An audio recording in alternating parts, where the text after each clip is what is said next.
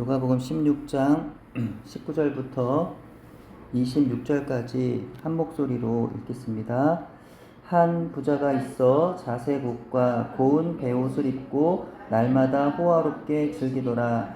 그런데 나사로라 이름하는 한 거지가 헌데투성이로 그의 대문 앞에 버려진 채 그 부자의 상에서 떨어지는 것으로 배불리려 하매 심지어 개들이 와서 그 헌데를 핥더라. 이에 그 거지가 죽어 천사들에게 받들려 아브라함의 품에 들어가고 부자도 죽어 장사되매 그가 음부에서 고통 중에 눈을 들어 멀리 아브라함과 그의 품에 있는 나사로를 보고 불러 이르되 아버지 아브라함이여 나를 긍휼히 여기사 나사로를 보내어 그 손가락 끝에 물을 찍어 내 혀를 서늘하게 하소서. 내가 이 불꽃 가운데서 괴로워하나이다. 아브라함이 이르되 너는 살았을 때 좋은 것을 받았고 나사로는 고난을 받았으니 이것을 기억하라. 이제 그는 여기서 위로를 받고 너는 괴로움을 받느니라.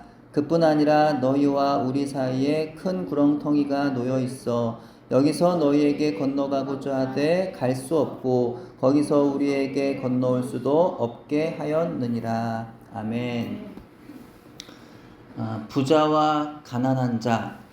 오늘 본문에 등장하는 예수님의 이 비유 이야기는 우리에게 이런 질문을 흔히 하게 합니다.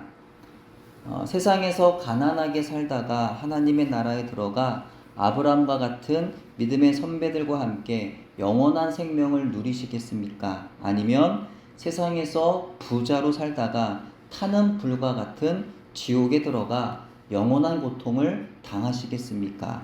이렇게 질문하면 많은 분들이 살짝 웃으시면서 이렇게 대답하곤 하시죠.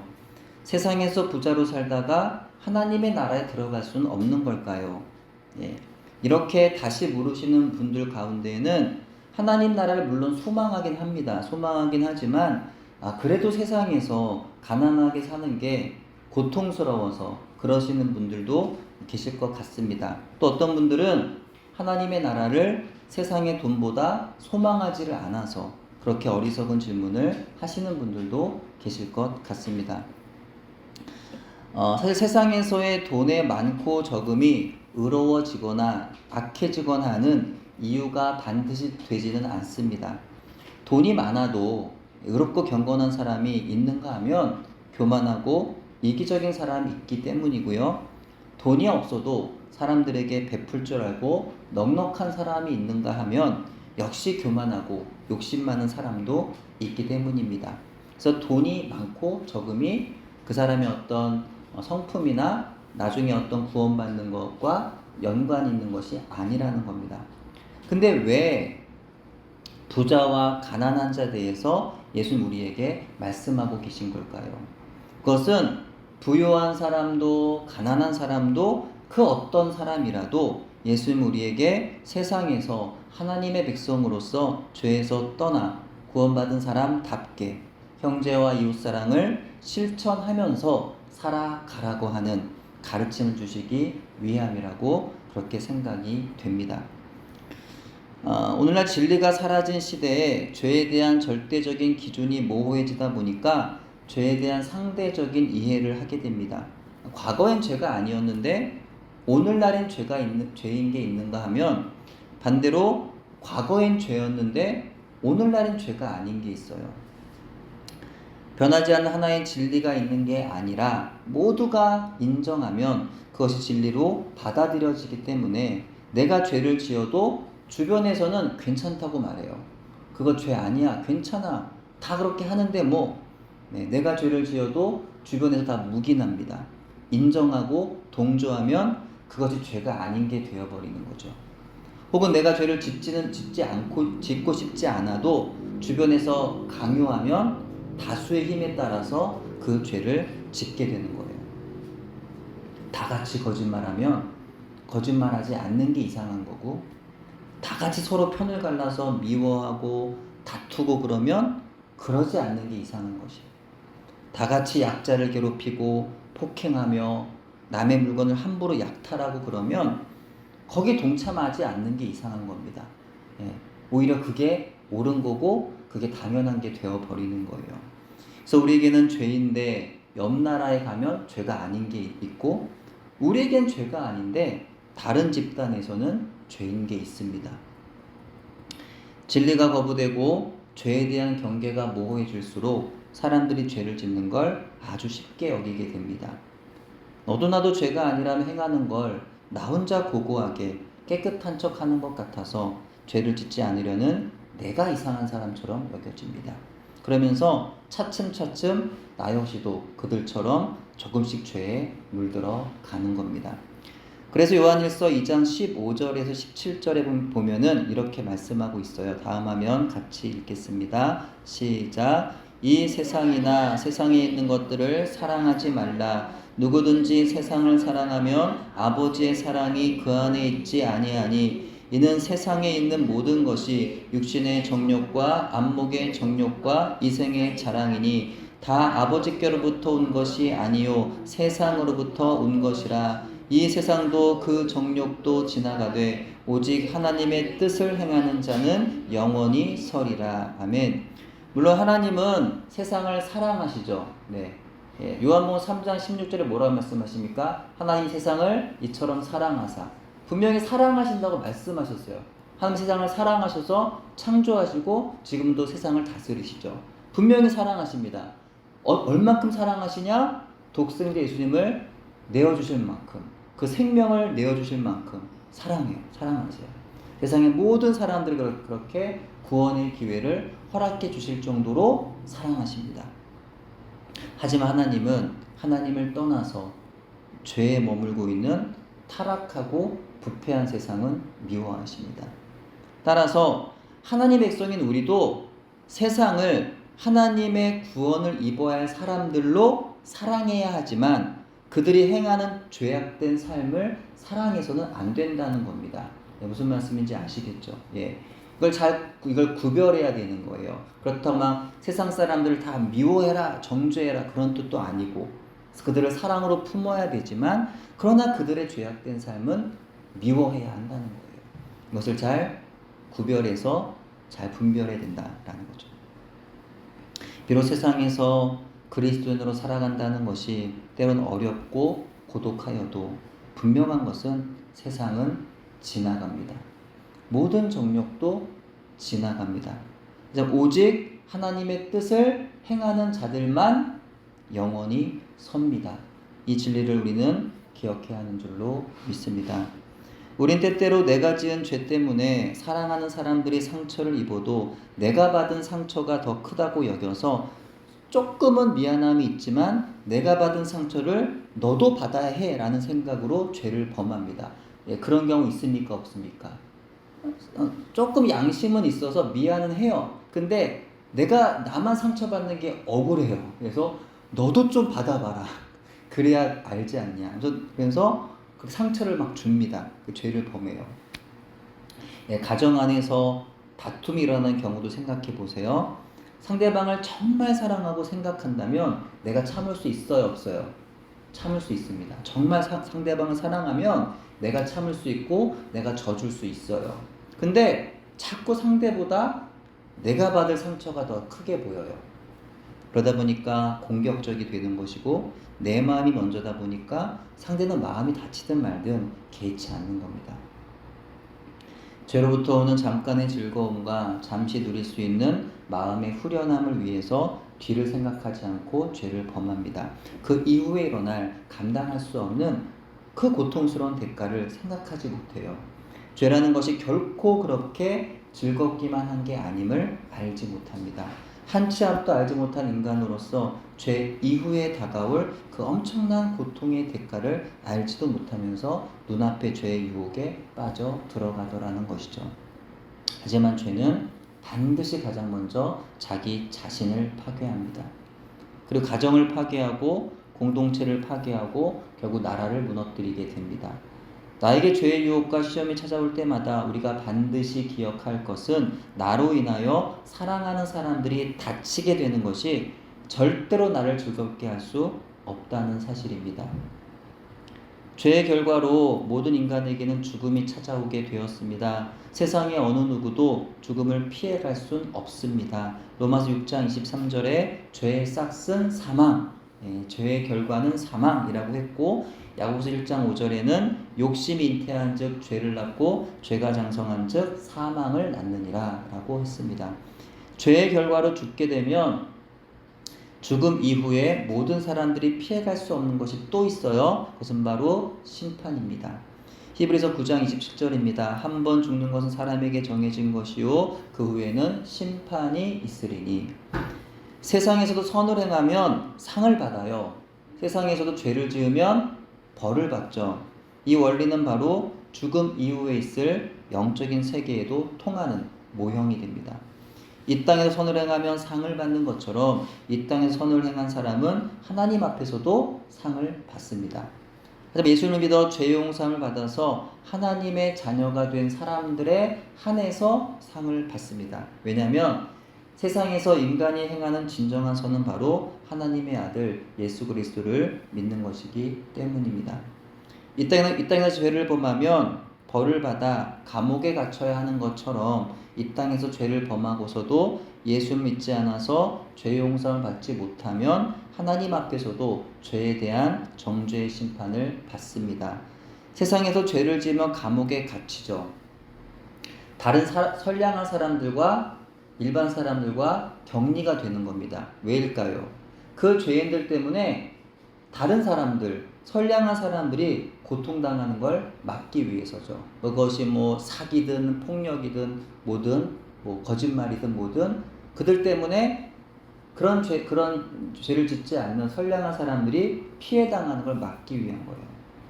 또 예수 믿지 않고 죽은 죄인들은 죽음 이후 영원한 지옥에 갇히게 됩니다. 왜요? 그들로 인하여 하나님 백성이 고통당하지 않게 막기 위함이에요. 예수를 믿어 죄 용서를 받아 하나님의 백성이 된 사람들과 예수 믿지 않는 죄인들은 그렇게 격리되는 것입니다. 성경에선 죽어서 바로 가는 낙원과 음부를 말씀합니다. 보통 우리가 말하는 천국과 지옥은 성경적으로는 낙원과 음부를 말하는 것이죠. 진정한 천국과 지옥은 주님이 재림하신 이후 주님과 같이 부활한 사람들이 영원히 거하게 될 새하늘과 새 땅, 그리고 사실 사람이 아닌 마귀를 위하여 예비된 영원한 불못인 것입니다. 그러니까 모든 사람들은 사는 날 동안의 행실에 대하여 죽어서 심판을 다 받는 건데, 예수님을 믿는 사람들은 죄 용서함을 은혜로 받았기 때문에 죽어서 자신의 사는 날 동안의 행실에 대한 정죄가 없는 보상의 심판을 받는 것이지만, 예수님을 믿지 않는 사람들은 죄 용서함 받지 못했기에 죽어서 사는 날 동안의 행실에 대한 하나님의 긍휼이 없는 정죄 있는 심판을 받게 되는 겁니다. 여기서 가장 큰 보상은요, 하나님의 나라, 새하늘과 새 땅, 천국에서 영원히 주님과 함께 사는 겁니다. 또 여기서 가장 큰 심판은 영원히 타는 불못인 지옥에서 영원히 사는 겁니다. 다른 길은 없다는 거예요. 모두가 이 둘 중에 한 길로 가게 됩니다. 예수 믿으면 영원한 천국이고, 예수 믿지 않으면 영원한 지옥이라는 거죠. 요한계시록 20장 12절에서 15절의 말씀 다음 화면 같이 읽겠습니다.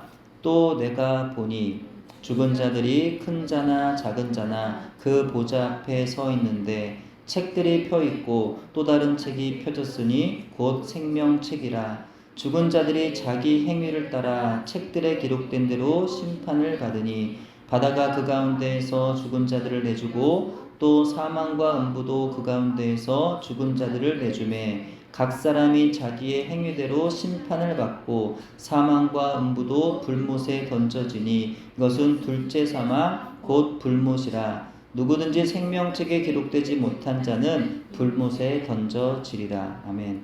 근데 바로 이 부분에서 많은 사람들은요, 지옥을 인정하지 않으려고 합니다. 천국은 가면 당연히 좋죠. 가면 좋은데 천국에 안 가더라도 크게 문제될 것 같지는 않습니다. 그쵸. 우리는 그렇게 생각 안 하지만 일반 안 믿는 사람들 편을 생각해 보면 천국은 있으면 좋지만 없어도 뭐 크게 문제될 건 없을 것 같아요. 근데 지옥에 정말 있다면 문제가 됩니까 안 됩니까? 지옥이 정말 있다면. 지옥이 정말 있다면 그건 절대로 가서는 안 되는 곳이기 때문에 그런 건 사람들이 알고 있다는 예. 그것을 가면 안 된다는 것 정도는 알고 있어요. 그 사람들은 그래서 여러 가지 이유를 들면서 지옥은 없다라고 말하는 겁니다. 근데 지옥이 분명히 있을 수밖에 없는 가장 큰 증거가 있습니다. 그것은 바로 하나님의 아들이신 예수님께서 지옥을 증언하셨기 때문이에요. 성경에는 지옥이란 단어가 한 50번 정도 나오고요. 또 죽음 이후 형벌의 장소에 대한 언급하는 구절은 그보다 한 2배는 더 많이 있습니다. 신구약 성경 곳곳에 지옥에 대한 경고가 나오는데 그 중에 대표적인 것이 바로 예수님의 말씀입니다. 특히 예수님은 오늘 본문에 등장하는 부자와 거지 나사로 이야기를 통하여 지옥이 실제하는 장소임을 가르쳐 주세요. 어떤 분은요, 이건 그냥 이야기잖아. 이건 이야기일 뿐 실제는 아니야 라고 말합니다. 예수님이 그냥 꾸며내신 얘기야. 이건 실제하는 얘기는 아니야. 상상에 하신 얘기야. 이렇게 말합니다. 예.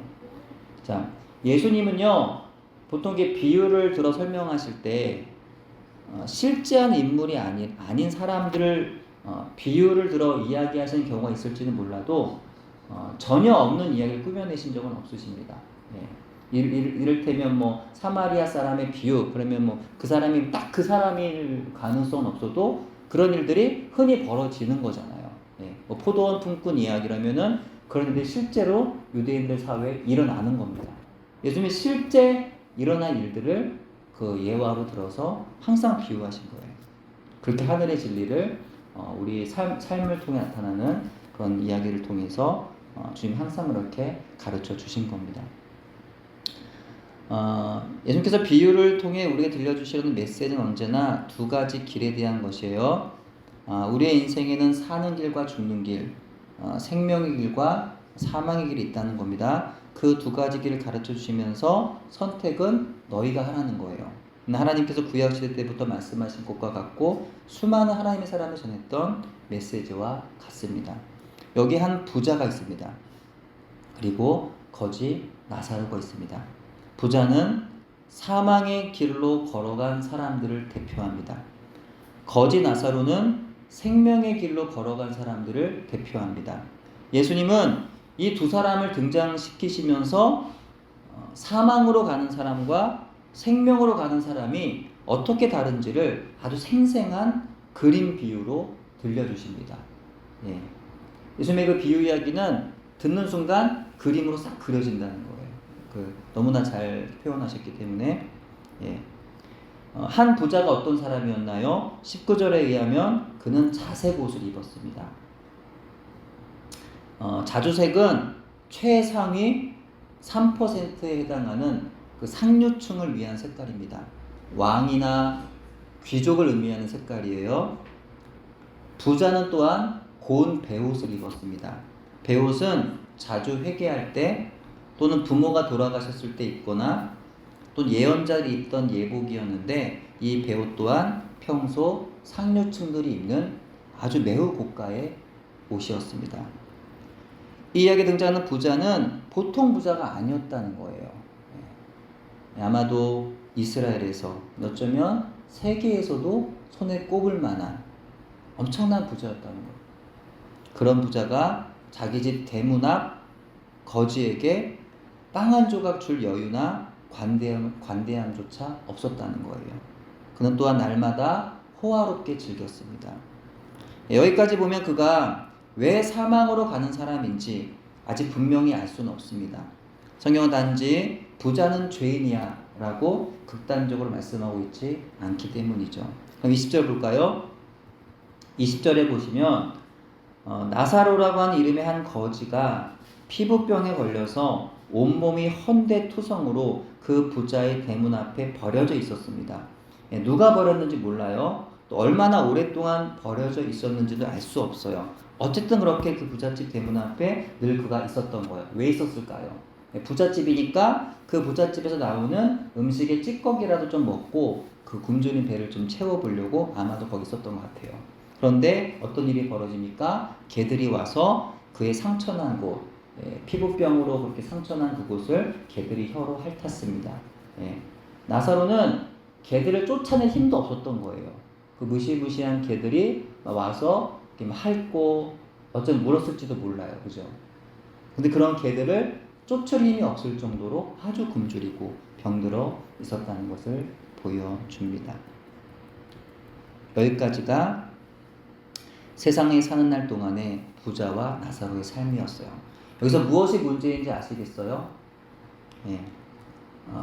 계속해서 뒤에 이어진 예수님의 이야기를 들어보면 얼마가 몇 날 며칠 흘렀습니다. 그래서 거지도 죽고 부자도 죽었어요. 거지는 죽어서 천사들에게 받들려 아브라함의 품에 안겼습니다. 그것이 바로 천국, 곧 낙원이라는 것을 우리는 예상할 수가 있습니다. 근데 부자는 음부에서 고통을 당하게 되었던 거죠. 타는 불꽃 가운데에서 너무 고통스러워 부자는 아브라함에게 간청합니다. 아버지 아브라함이여, 나를 긍휼히 여기사 나사로를 보내어 그 손가락 끝에 물을 찍어 내 혀를 서늘하게 하소서. 내가 이 불꽃 가운데에서 괴로워하나이다.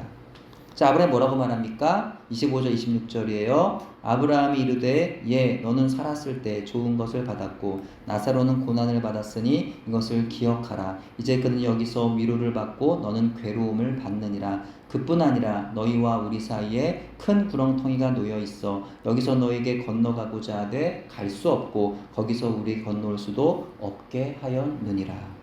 여기서 이상한 것은 낙원에 있는 아브라함과 음부에 있는 부자가 서로 바라보면서 대화를 했다는 거예요. 그것은 예수님께서 천국과 지옥을 알기 쉽게 설명하시기 위한 비유의 한 표현입니다. 우리가 착각하지 말 거는요, 천국과 지옥은 서로 볼 수도 말할 수도 없다는 겁니다. 또한 산 사람과 죽은 사람이 서로 만나거나 대화할 수도 없다는 겁니다.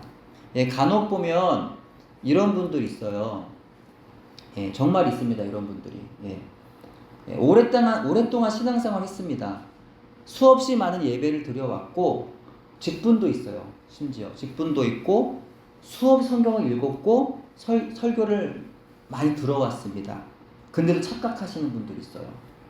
그 중에 하나가 마치 죽은 사람의 영혼이 원하면 내 앞에 나타날 수도 있다고 생각하는 거예요.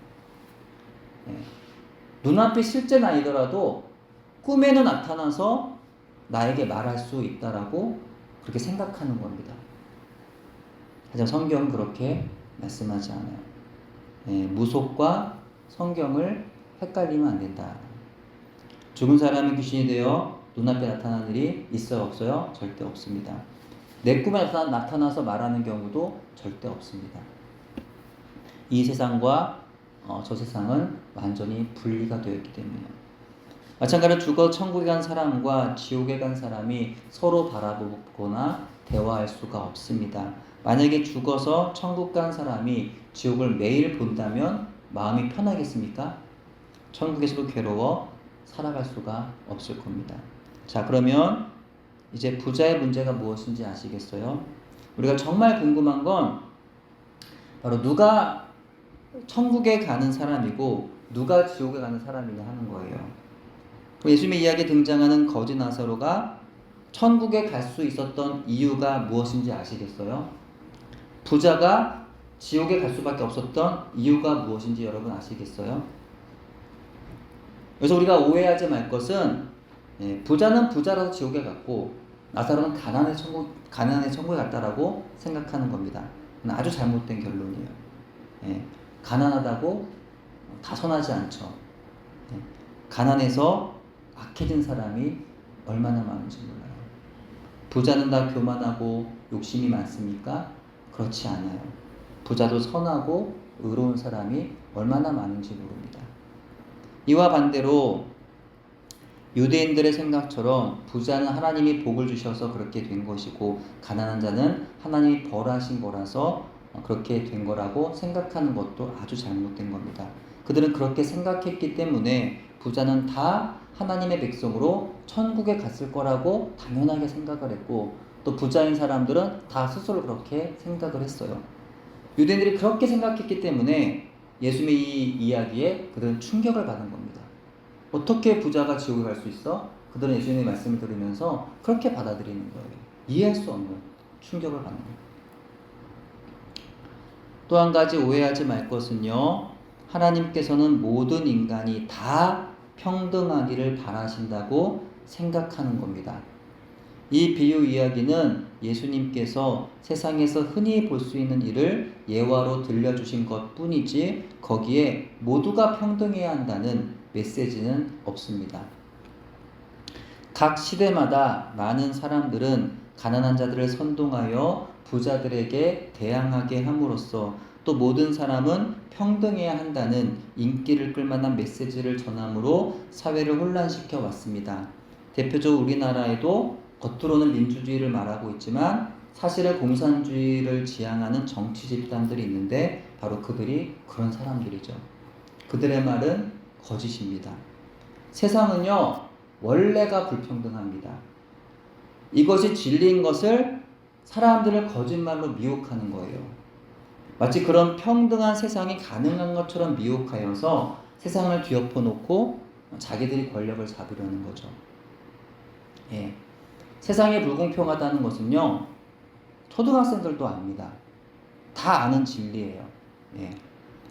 예, 오래된 책 중에서 빌 게이츠가 청소년들을 향하여 쓴 책이 있어요. 그 책에서 그가 역시 계속 강조하는 말이 있는데 그것이 바로 뭐냐면 세상은 원래가 불공평하다는 겁니다. 예. 그걸 자꾸 뭐 부정하고 불평하지 말라는 거예요. 그럴 필요가 없다. 그냥 인정하라는 거예요. 그것을 불평하고 부인하며 인생을 헛되게 보낼 것이 아니라 그 불공평한 세상에서 그 사실을 인정하고 적응해 나가라는 거예요.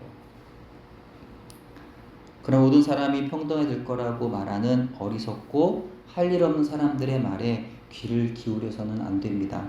그렇게 말하느니 차라리 모든 사람은 키와 체중이 똑같아야 하며 똑같이 모두가 영리해야 한다는 편이, 다 같이 예쁘고 멋지고 아름다워야 한다는 편이 더 낫습니다. 그래서 모든 나무의 모양이 다 같아야 하고 별의 크기가 다 같아야 하며 산의 높이가 모두 같아야 한다고 말하는 게 더 나을 겁니다. 물론 가진 사람이 덜 가진 사람을 돕는 일은 좋은 일이죠. 하지만 이는 지극히 개인의 자유 안에서 자연스럽게 이루어져야 할 일입니다. 부자는 죄인이니까 부자가 가진 것을 다 빼앗아서 가난한 사람들에게 나누어 줘야 한다는 사상은 절대로 하나님의 뜻도 아니고, 이는 공동체의 질서를 무너뜨리는 엄청난 해악입니다. 그게 하나님의 뜻이라 오해하는 경우가 있는데 절대 아니라는 거예요. 그 다음에 예수님은 왜 이 비유 이야기를 들려주신 걸까요? 나사로가 천국에 가고 부자가 지옥 가게 된 이유는 정말 과연 무엇일까요?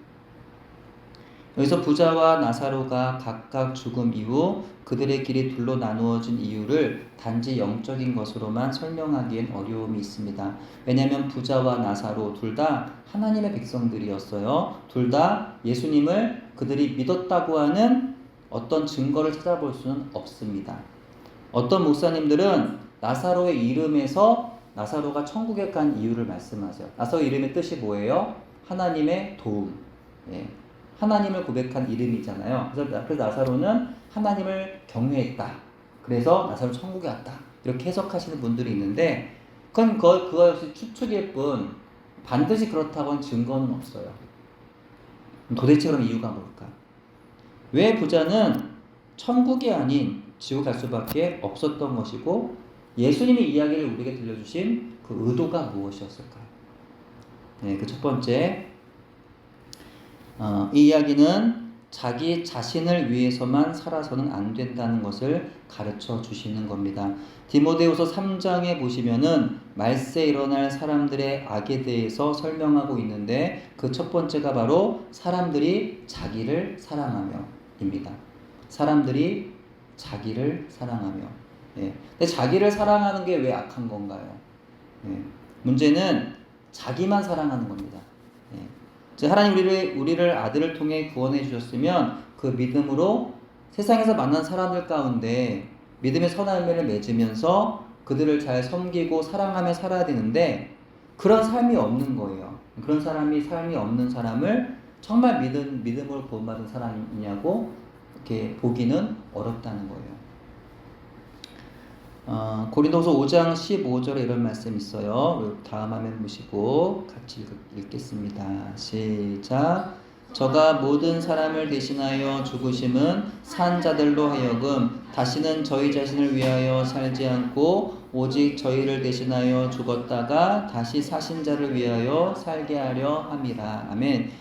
예수님이 우리를 위하여 죽으신 이유가 뭡니까? 우리가 다시는 나만 위하여 살지 않고 나를 위해 죽었다가 다시 사신 예수님을 위하여, 즉 예수님께서 구원하시려고 생명을 주실 만큼 사랑하신 모든 영혼들을 위해서 살아가도록 하게 하시려고 하신 거라는 말씀입니다.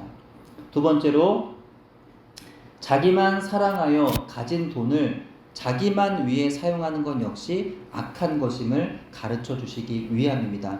디모데후서 3장의 말세에 일어날 악에 대해서 그 첫 번째가 사람들이 자기를 사랑하며 라고 한다면 그 두 번째가 바로 돈을 사랑하며입니다.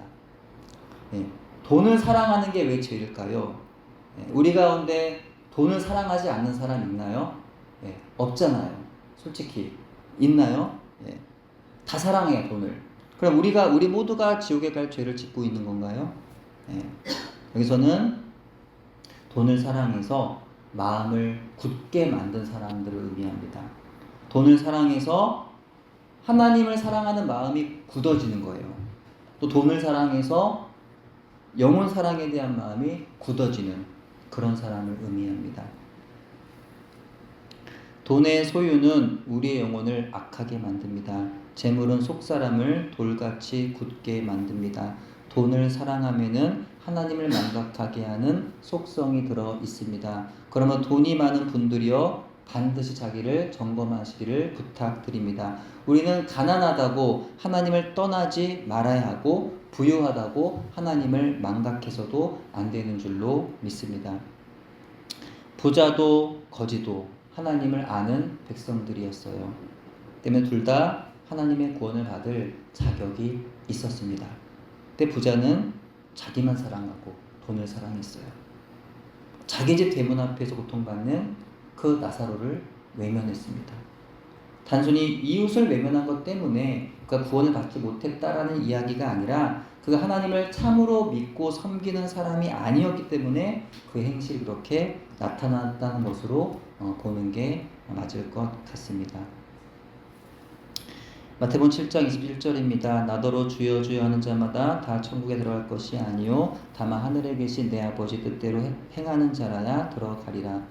마태복음 25장에서 예수님은 마지막 때 임금님이 모든 민족을 양과 염소로 구분한다 하셨습니다. 양은 오른편에 두어 하나님 나라를 상속받겠지만 염소는 왼편에 두어 마귀와 그의 사자들을 위해 예비된 영원한 불에 들어갈 거라고 말씀을 하셨습니다. 여기서도 천국과 지옥에 대한 말씀을 하시는 거죠. 이렇게 둘로 나누게 된 이유가 무엇이었나요? 마태복음 25장 35절 36절의 임금님께서 하나님 나라를 상속받게 된 양들에게 말씀합니다. 내가 줄일 때 너희가 먹을 것을 주었고 목마를 때 마시게 하였고 나그네 되었을 때 영접하였고 헐벗었을 때 옷을 입혔고 병들었을 때 돌보았고 옥에 갇혔을 때 와서 보았느니라. 자, 그들이 언제 다시 그렇게 했느냐? 이렇게 임금님에게 물어요. 임금이 그러니까 대답을 합니다. 40절 다음 화면 같이 한번 읽어볼게요. 시작. 임금이 대답하여 이르시되 내가 진실로 너에게 이르노니 너희가 여기 내 형제 중에 지극히 작은 자 하나에게 한 것이 곧 내게 한 것이니라 하시고. 아멘. 또한 마태복음 25장 42절 43절에 임금님께서 영원한 불에 들어가게 된 염소들에게도 말씀을 하세요. 내가 줄일 때 너희가 먹을 걸 주지 아니하였다. 내가 목마를 때 너희가 마시게 하지 아니했다. 내가 나그네 되었을 때 너희가 나를 영접하지 아니했다. 헐벗었을 때 옷을 입히지 아니했고 내가 병들었을 때와 옥에 갇혔을 때 나를 돌보지 아니했다 라고 말씀해요. 그들이 또 말해요. 언제 우리가 그렇게 했습니까? 저희가 주님을 만난 적도 없는데 언제 저희가 그렇게 했습니까? 또 물어요. 또 임금님이 또 대답을 하시죠. 45절 다음 하면 시작. 이에 임금이 대답하여 이르시되 내가 진실로 너희에게 이르노니 이 지극히 작은 자 하나에게 하지 아니한 것이 곧 내게 하지 아니한 것이니라 하시리니. 아멘. 좋습니다. 하나님은 우리에게 선한 삶의 열매를 기대하시는 거죠. 예수님을 믿는다고 하면 이게 믿는 것으로 끝나는 게 아니라 믿음의 행실을 보기를 원하신다는 거예요. 물론 선한 행실이 구원의 조건이 되는 건 아니고 구원 오직 그분의 아들을 믿음으로 받는 거죠. 하지만 정말 믿음으로 구원의 은혜를 받은 사람은 하나님의 사랑으로 그분의 사랑하시는 가난하고 병든 사람들에 대한 사랑과 동정 또 긍휼을 베풀어야 한다라는 것을 주님 우리에게 가르쳐 주시는 겁니다. 결론적으로 그렇다면 우리 이 말씀 앞에 스스로에게 질문을 던져야 할 것 같습니다. 단지 장례식장에서 전도용으로 전해지는 메시지 정도, 단지 지옥에 공포를 심어주기 위한 의도로 하는 설교가 아니라 예수님이 들려주신 옛날 이야기가 아니라 하나님의 아들이신 그분이 왜 이 말씀을 굳이 이런 비유를 들어 가르쳐 주신 것인지 우리 생각해 보아야 하는 줄로 믿습니다. 여러분 스스로 생각해 보실 때 어디에 속하는 분이십니까? 여러분 부자입니까? 나사로입니까? 아니면 부자이지만 마치 욥과 같이 이웃을 돌아보고 주님의 긍휼을 베풀 줄 아는 사람이십니까? 가난하고 병들어도 하나님을 원망하지 아니하고 하나님의 나라를 소망하며 오히려 자기보다 더 힘들고 아픈 사람들을 살필 줄 아는 사람이십니까? 여러분 안에 계시는 예수님의 영의 인도함에 순종하여 여러분이 가진 돈으로 형제와 이웃사랑을 실천하는 믿음으로 살고 계십니까? 아니면 그 돈을 나만을 위해서 사용하고 계십니까? 오늘 말씀 앞에 다시 우리는 스스로를 돌아보아야 하겠습니다. 하나님 앞에서 진지한 성도로 서야 하는 것이 아닌가 고민을 하게 됩니다. 모쪼록 입으로는 주님을 말하지만 세상을 더 사랑하고 돈을 더 사랑하여서 말세의 죄악을 따라가는 어리석은 사람이 되지 않기를 바랍니다. 고린도서 5장 15절의 말씀 그대로 나의 죄 위하여 십자가에서 예수님께서 대신하여 죽으심은 나로 하여금 세상에 사는 날 동안 더 이상 나만 위해 살지 않고 예수님을 위하여, 즉 예수님께서 사랑하시는 영혼들을 사랑으로 섬기는 그 일을 위하여 그같이 하신 일임을 기억하고 내 안에 계시는 예수님의 영, 성령님의 인도함을 따라서 사는 날 동안 미워하고 시기하고 다투기보다 사랑을 용서하면서 또 힘들어하는 형제와 이웃을 살필 수 있는 저와 여러분 되기를 소원합니다. 네, 기도하겠습니다. 하나님 저희로 구원받은 사람답게 살게 하소서. 예수님을 믿는 사람답게 또 마음에 성령께서 거하시는 사람답게 살아가게 하소서. 말세의 징조와 풍조에 따라서 자기만 사랑하고 돈을 사랑하여 형제와 이웃을 보면서 외면하지 않게 해주시고 내가 있는 그 자리에서 힘들고 어려운 그들을 사랑으로 섬기고 돌보고 살필 수 있는 또 그들의 영혼을 위해서 늘 기도할 수 있는 우리 모두가 되도록 그렇게 예수님을 믿는 우리의 믿음을 또 우리 안에 역사하시는 살아계신 하나님 아버지의 사랑을 세상에 드러낼 수 있는 저희 모두가 되도록 은혜 베풀어 주옵소서. 예수님 이름으로 기도합니다. 아멘.